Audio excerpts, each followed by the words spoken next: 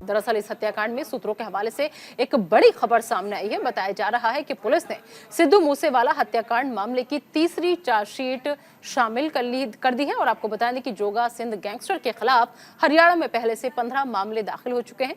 जानकारी के मुताबिक जींद के रहने वाले जोगा सिंह ने हरियाणा के मॉड्यूल 4 को पनाह दी थी और उनके लिंक गोल्डी बराड़ और लॉरेंस बिश्नोई के साथ भी हैं। बताया यह भी जा रहा है कि जोगा सिंह की तरफ से लॉजिस्टिक्स भी अरेंज करवाए गए थे। तो ये अहम खबर, बड़ी खबर। आपको बता दें कि लगातार जिस तरीके से ये पूरा मामला जो है वो सुर्खियों में आया था, उसके बाद ये एक अहम खबर निकलकर सामने आई है। चलिए बढ़ते हैं आगे। इधर पंजाब भर में 1 अक्टूबर से धान का सीजन शुरू होते ही पंजाब सरकार ने सभी इंतजाम पूरे करने के आदेश दिए थे, जिसके बाद खाद्य आपूर्ति मंत्री पंजाब लाल चंद ने दाना मंडी गुरदासपुर का दौरा किया। इस दौरान उन्होंने कहा कि मंडी में किसानों को किसी भी तरह की परेशानी नहीं होने दी जाए। साथ ही उन्होंने ये भी कहा कि पंजाब के मुख्यमंत्री भगवंत मान ने और उनके नेतृत्व में पूरे पंजाब की मंडियों में व्यवस्था की गई है, जिससे कि पंजाब में किसानों को कोई दिक्कत ना हो। वो अपनी फसल लेकर पंजाब की मंडियों में आएंगे, जिसके चलते अक्टूबर तक पूरे पंजाब में 1854 खरीद केंद्र बनाए गए हैं।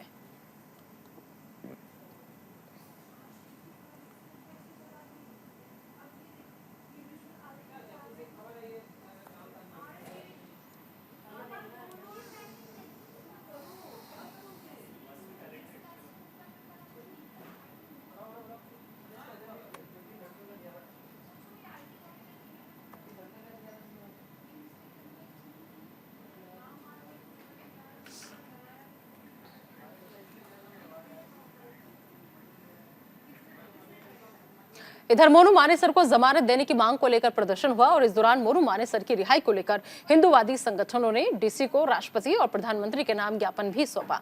इस दौरान हिंदू संगठनों के लोग मामन खान को जमानत मिलने से गुस्से में भी नजर आए। आपको बता दें कि तमाम हिंदूवादी संगठनों के सैकड़ों कार्यकर्ताओं ने मोनू मानेसर को जमानत दिए जाने की एक सुर में मांग की है। तो हिंदूवादी संगठनों ने बाकायदा प्रदर्शन किया है यहाँ पर और प्रदर्शन करके मोनू मानेसर की रिहाई की मांग इन लोगों की तरफ से की जा रही है। तो गौ भक्तों, रिंकू मोनू राणा की व मोनू मानेसर को रिहा करो, इस तरीके के पोस्टर और बैनर्स लेकर के ये लोग पहुंचे और ज्ञापन भी सौंपा। हिंदूवादी संगठन आज प्रदर्शन करते हुए नजर आया और इस प्रदर्शन के जरिए लगातार मोनू मानेसर की रिहाई की मांग इन लोगों की तरफ से की जा रही है। प्रदर्शनकारियों ने बाकायदा न सिर्फ प्रदर्शन किया बल्कि अपनी इस मांग का ज्ञापन भी सौंपा डीसी को।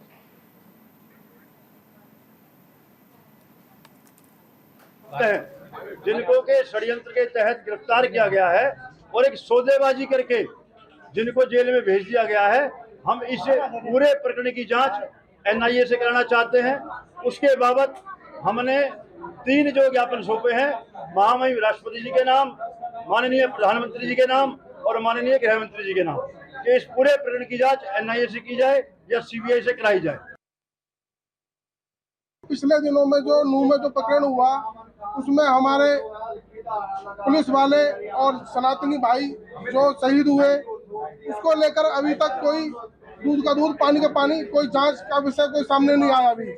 और कुछ तुष्टिकरण के कारण मोमन खान को जमानत दे दी गई है और हमारे मोनू भाई फिलहाल जो हमारे स्पेशल जो हम यहाँ पे इकट्ठे हुए सभी सनातनी, हमारे जो मोनू भाई है उनको जल्दी रिहा किया जाए और सीबीआई से मांग की जाए कि इसमें जिसने हत्या की है उनका नाम क्या है।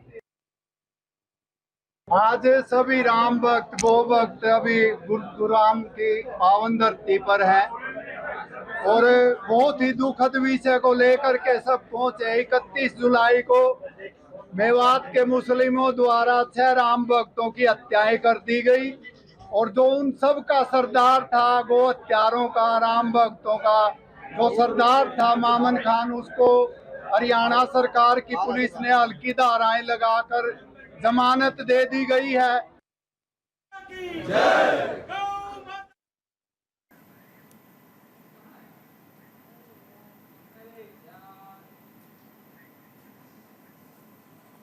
इस खबर पर ज्यादा बातचीत के लिए आइए सीधा रुख करते हैं। हमारी सहयोगी वीना अरोड़ा इस वक्त हमारे साथ जुड़ चुके हैं।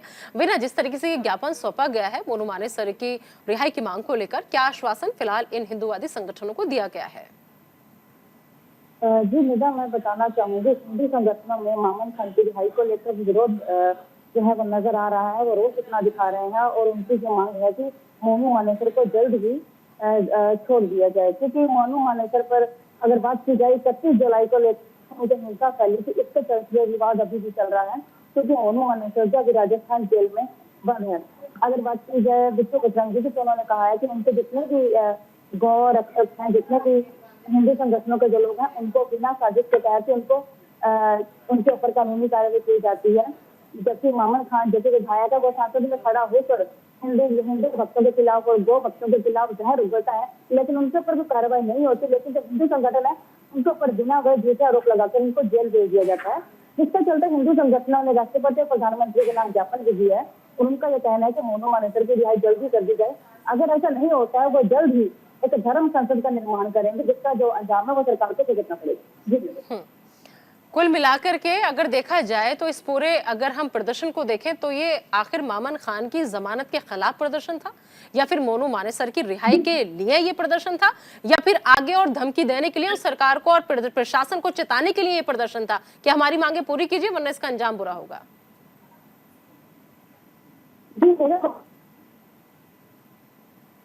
मोनू मानेसर की रिहाई इसलिए भी चाहते हैं क्योंकि मामन खान जो विधायक है, जो 31 तारीख को जो 9 में हिंसा हुई थी, क्योंकि मामन बेटा उनका चिंता करना पड़ेगी। और मोनू मानेसर जिसके ऊपर जो नया आरोप लगे थे, जिसको जेल में भेज दिया गया था। अभी बात की जाए तो मोनू मानेसर पर जब जेल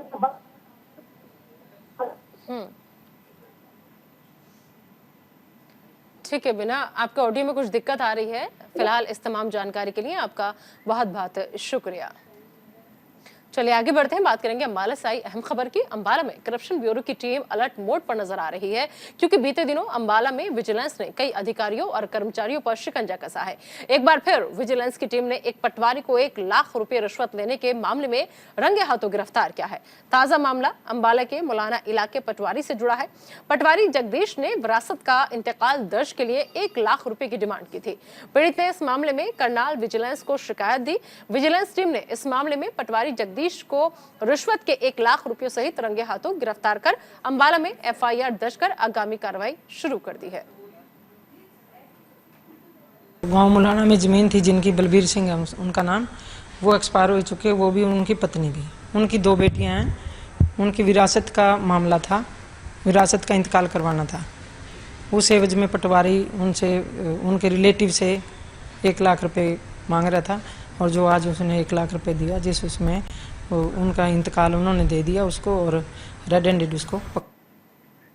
इधर खाटू श्याम के दर्शन को जाने वाले भक्तों की वर्षों पुरानी मांग को रेल मंत्रालय ने पूरा करते हुए श्याम प्रेमियों के लिए दिल्ली से जैसलमेर तक ट्रेन संचालन शुरू कर दिया है। इस ट्रेन के चलने से श्याम प्रेमियों के साथ साथ दिल्ली से जैसलमेर तक की यात्रा करने वाले यात्रियों में भी खुशी की लहर देखने को मिली। गुरुग्राम के लोग काफी पिछले समय से दिल्ली से जैसलमेर के लिए रेल की मांग कर रहे थे, जिसमें सफर कर वो लोग बाबा खाटू श्याम के धाम पहुंच सके। दरअसल गुरुग्राम से खाटू श्याम जाने के लिए केवल एक ही बस थी, जिसके चलते श्याम प्रेमियों को काफी परेशानियों का सामना करना पड़ता था।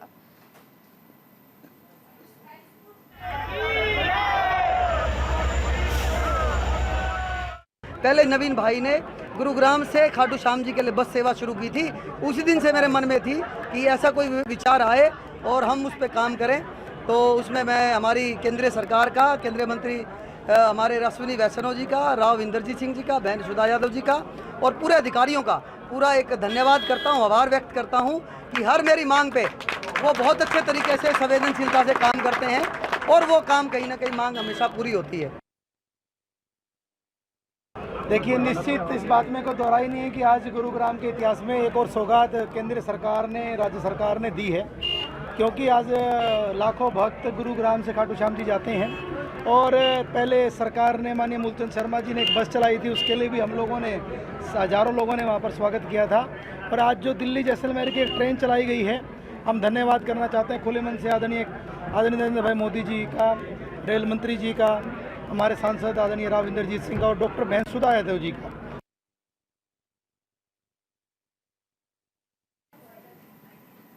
और इस खबर पर ज्यादा बातचीत के लिए आइए सीधा रुख करेंगे हमारी सहयोगी वीना का। वीना, सवाल यह है कि आखिर चल क्या रहा है और क्यों ये लोग इस तरीके से यहाँ सड़कों पर आने को मजबूर हैं? जी निदा, मैं बताना चाहूंगी 31 जुलाई के हिंसा को लेकर जो विवाद अभी भी नहीं थम रहा है, क्योंकि ये ओनू मानेसर की रिहाई को लेकर यहाँ पर सचिवालय में मौजूद है। इनका ये कहना है कि एक जो विधायक है, सांसद वो खड़ा होकर गौ तस्करों के खिलाफ जाहिर उगलता है, लेकिन इनके ऊपर जो कानूनी कार्रवाई वो खाना पूर्ति के तौर पर की जाती है। लेकिन जो गौ तस्कर है, जो हिंदू समाज के जो लोग हैं, उनके ऊपर बिना वही झूठे आरोप लगाकर उनके ऊपर पूरी तरह से कानूनी कार्रवाई करके उनको जेल भेज दिया जाता है, जिसके चलते उनमें जो है कि मामन खान की जो रिहाई है उसको लेकर विरोध है। और उनका ये कहना है कि ओनू मानेसर को जल्द ही रिहा किया जाए, क्योंकि अगर ऐसा नहीं होता है वो जल्द ही एक धर्म संसद का ठीक है विनीता, जिस तरीके से अब ठीक है विनीता, दूसरी खबर पर आते हैं। इस खबर को आपको उसे हम अपडेट लेंगे, लेकिन दूसरी खबर पर आते हैं। लंबे समय से गुरुग्राम वासी जो है जिस रेल सेवा का इंतजार कर रहे थे, और अब ऐसे में खाटू श्याम प्रेमियों को केंद्र सरकार की बड़ी सौगात दी गई है। लोग कितने उत्साहित हैं जब दिल्ली से जैसलमेर तक का ट्रेन से वो सफर करेंगे।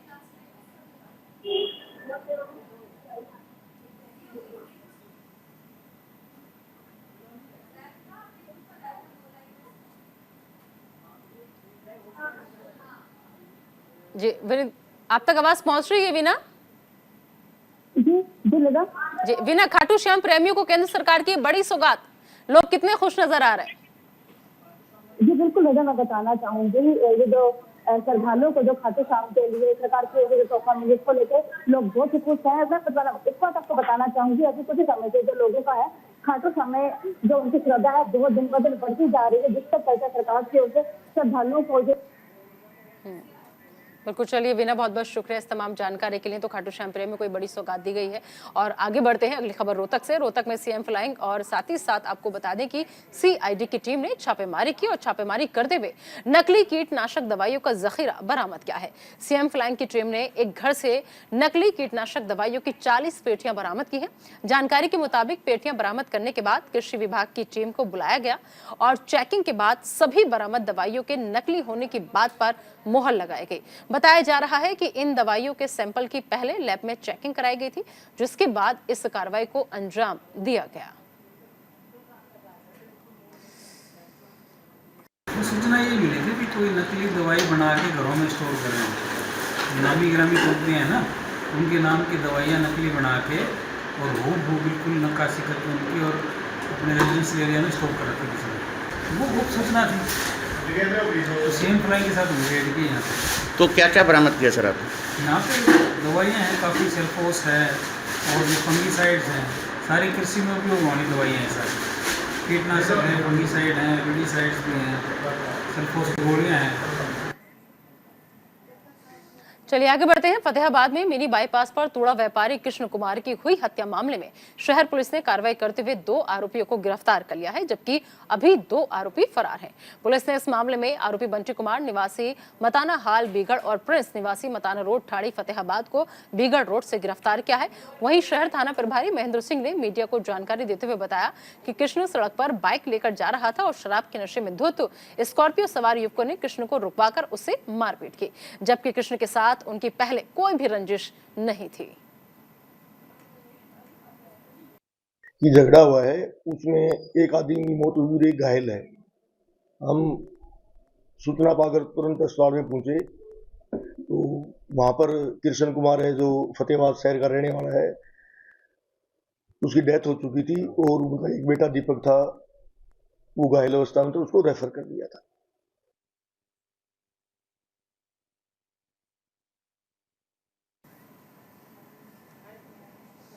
इधर रेवाड़ी में बीजेपी के वरिष्ठ नेता रामविलास शर्मा ने राहुल गांधी को लेकर बयान दिया है कि राहुल गांधी इटली का डीएनए ज्यादा राहुल गांधी में दिखाई देता है। साथ ही उन्होंने कहा कि राहुल गांधी पीएम मोदी की नकल करते हैं। बातचीत में उन्होंने आम आदमी पार्टी पर भी निशाना साधा। आप पर निशाना साधते हुए कहा कि घोटाला करने वालों की जगह जेल में होगी। सभी पार्टियों के नेताओं को दलगत राजनीति से ऊपर उठकर बात करनी चाहिए और प्रधानमंत्री से मिलना चाहिए।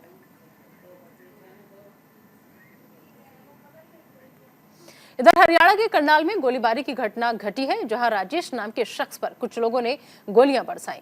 राजेश नाम का ये शख्स कोर्ट में तारीख से वापस आ रहा था। इसी दौरान बाइक सवार बदमाशों ने गोलियां बरसाने शुरू कर दी। आपको बता दें कि शख्स की हालत गंभीर है और अस्पताल में इलाज चल रहा है। फिलहाल पुलिस इस पूरे मामले की जांच में जुट गई है।